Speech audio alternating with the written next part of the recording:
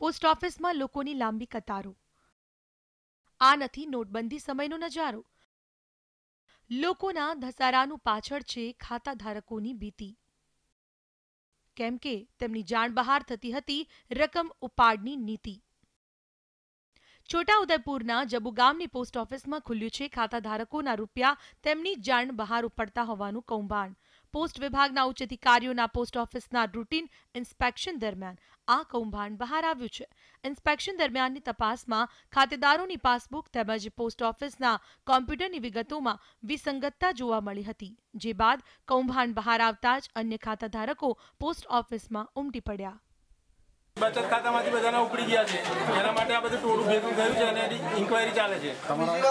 अमारे 32,000 रुपया उपड़ी गया 58,000 रुपया मांथी 98,000 हता, एमांथी 91,000 उपड़ी गेला छे। अमने खबर नहीं, जरा आ चेकिंग आव्युं ने साहेबे अमने घेरे घेर बोलावाया, त्यार पछी खबर पड़ी, त्यारे ऑनलाइन पर देख्युं एमने के अमना खातामांथी दरेकना खातामां बधा चेक कर्या तो दरेक खातामां प्रॉब्लम ऊभा थयेला छे।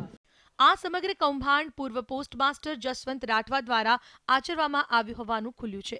નોટબંધી દરમિયાન અહીંના ખાતાધારકોએ બચતના નાણાં બેંક અને પોસ્ટના ખાતામાં જમા કરાવી દીધા હતા। જો કે પોતાના નાણાં સલામત રહેશે તેમ માની પોસ્ટમાં નાણાં જમા કરાવનાર ખાતાધારકોને ખબર નહોતી કે તેમના નાણાં પોસ્ટ ઓફિસમાં પણ સલામત નથી।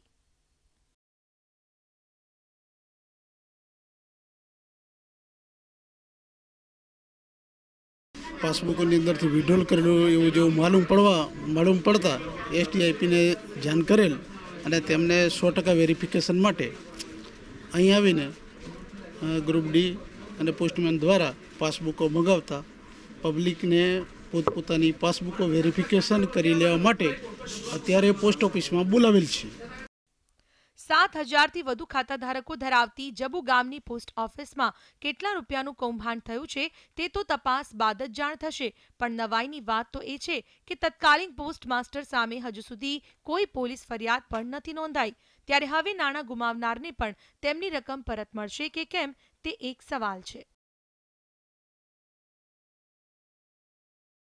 Jamil Pathan, ETV news, Chhota Udepur.